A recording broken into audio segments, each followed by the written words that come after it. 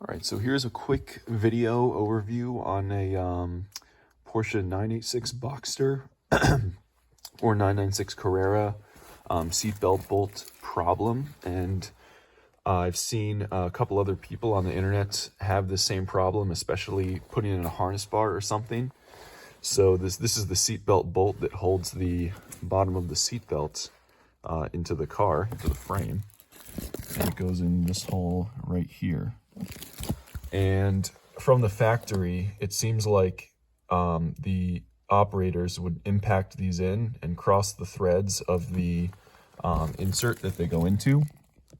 So when you try to put it back in, it's very difficult or impossible to get back in. And I ended up stripping the threads in the frame, trying to put it back in. So I'm going to walk through how I will repair those. So I went from basically least aggressive to most aggressive repair methods here. I began with trying a chaser, which just has a couple flutes like this, and it, mostly threaded, no major cutting done, just to clean the threads. No luck with that. So I went to a 7/16 20. This is actually interesting. This is a UNF bolt. It's standard. It's a non-metric. It's a standard fine thread bolt. And it's factory from Porsche. I went to a 7/16 20 tap and tried to clean the threads out with the tap, and that kind of made it worse. And then what I did is I chased the threads here because some of them were a little collapsed, so I cleaned those up, but not before some of the flat threads had just destroyed the threads in there. So I have a couple things over here to help fix it. So what I'm going to do to fix this is I'm going to use these Easy Lock style inserts.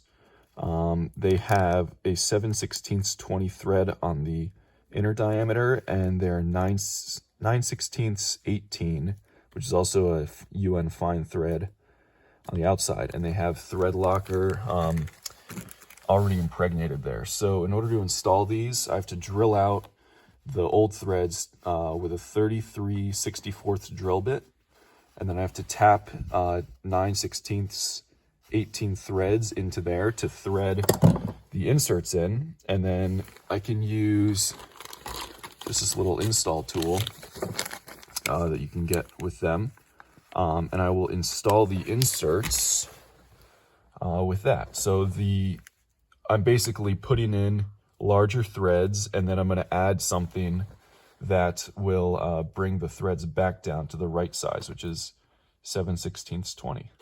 And if you're attempting this repair, you do have a couple different options for the style of insert. These are Easy Lock style, which use like Loctite red thread locker on the outside. You can also get Timesert, which have a couple distorted threads at the bottom. So as you tighten a fastener in, it actually expands the end of the insert and expands it into the material that you're inserting it in.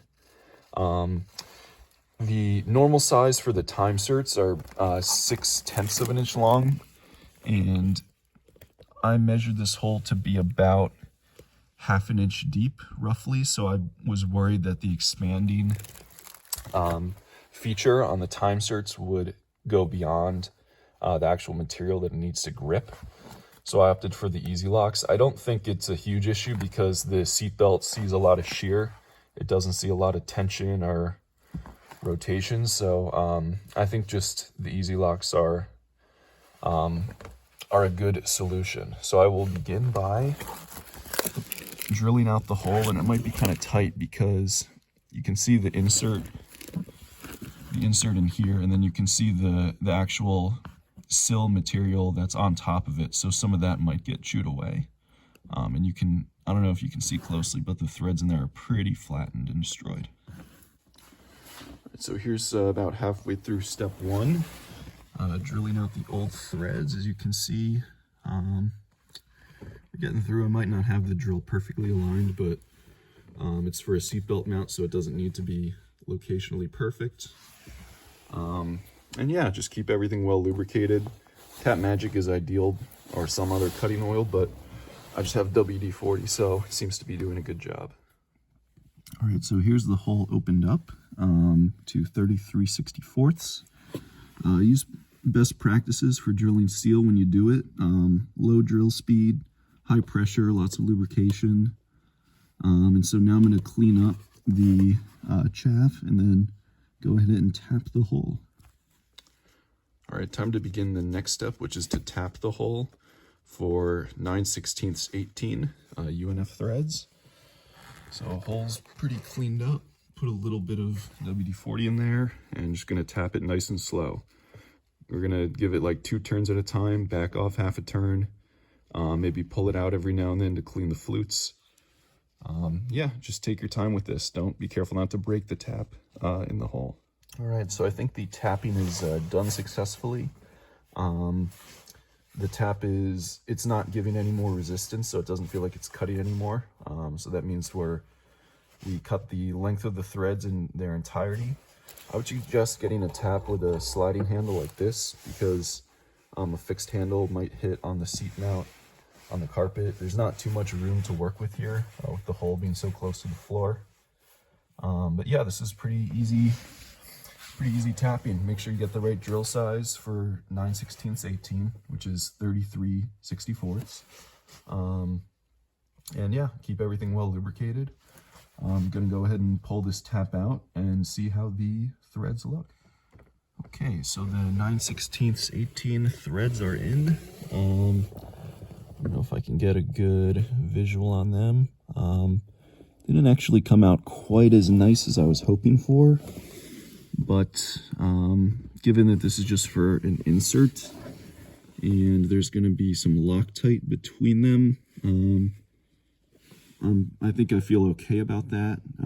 If the insert feels loose, then I'm going to figure out what's next. But yeah, this is the end of step 2. Threads are, at least the threads for the OD of the insert are cut.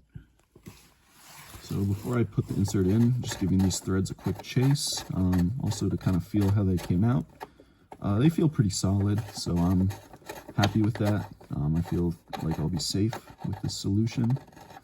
And it seems like maybe a couple chips. I think the tap got most of them out though, so I think it's time to run the insert in.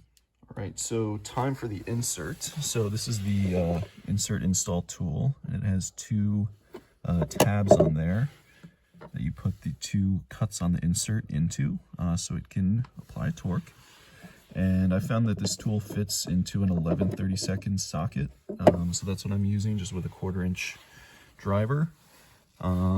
So it should be pretty straightforward. Just kind of put the insert on there. And I hope it doesn't take much torque. I might put the phone down for this. But it seems like it's going in pretty easily. I don't love how much this tool rattles around on the insert. I guess nominally it was made for this size, but sure is loose. And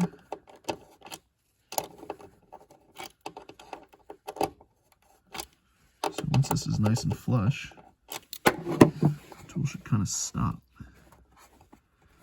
And I believe the Loctite needs a cure time, so I'm going to let that cure before putting in the fastener. Yeah, so there it is. That should be your fix complete.